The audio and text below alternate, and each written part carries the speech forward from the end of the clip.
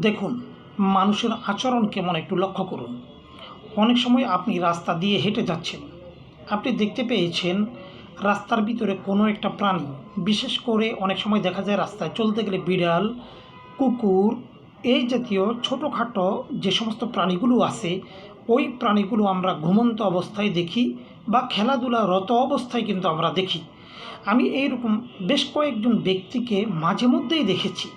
একটা বিড়াল কোনো একটা জায়গার ভিতরে শুয়ে আছে, ঠাস করে তাকে একটা বাড়ি দিয়েছে। আচ্ছা বলুন তো, এই কাজটা আপনি কেন করলেন? আপনার দেহের ভিতরে যেমন রক্ত মাংস আছে, একটা বিড়ালের দেহের ভিতরেও কিন্তু রক্ত মাংস আছে। আপনি যেমন একটু আঘাত পেলে ব্যথা পান, একটা বিড়ালও কিন্তু অনুরূপভাবে সে কিন্তু ব্যথা পায়। আরেকটা বিষয় লক্ষণীয় যেটা, সেটা হচ্ছে বিশেষ করে কুকুর। আমরা এই প্রাণীটাকে অনেক বেশি অবহেলা করি, অযত্ন করি। দেখা যায় কুকুর রাস্তা দিয়ে যখন হেঁটে যাচ্ছে, একদম খামাখাই অনেকেই আছে কুকুরের শরীরে গরম পানি ঢেলে দেয়, অনেকেই আছে লাঠি দিয়ে আঘাত করে, আবার অনেকেই আছে খামাখা কোনো ইট পাটকেল একটা কুকুরের গায়ে কিন্তু নিক্ষেপ করে।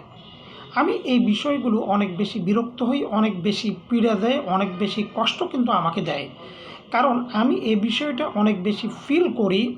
কুকুর হোক, বিড়াল হোক, সাপ হোক, অন্য যেই কোনো প্রাণী হোক, প্রত্যেকটা প্রাণী আল্লাহ তাআলার অত্যন্ত সুন্দর করে কিন্তু তৈরি করেছেন।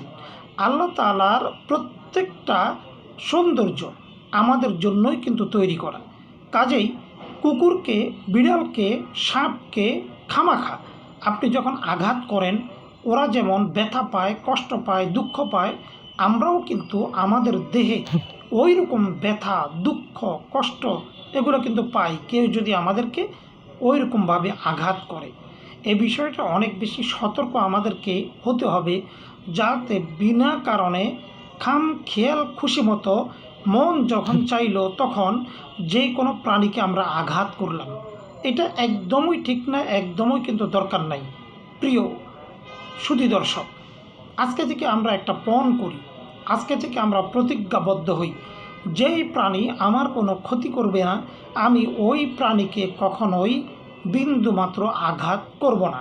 কারণ আপনি যদি বিনা কারণে কোনো প্রাণীকে আঘাত করেন, কোনো না কোনো দিক থেকে ওই রকম একটা আঘাত আপনার অজান্তে আপনার উপরেও কিন্তু এসে পড়তে পারে। সকলেই এ বিষয়টা খেয়াল রাখি, প্রাণীকে আঘাত দেওয়া থেকে আমরা বিরত থাকি। ধন্যবাদ।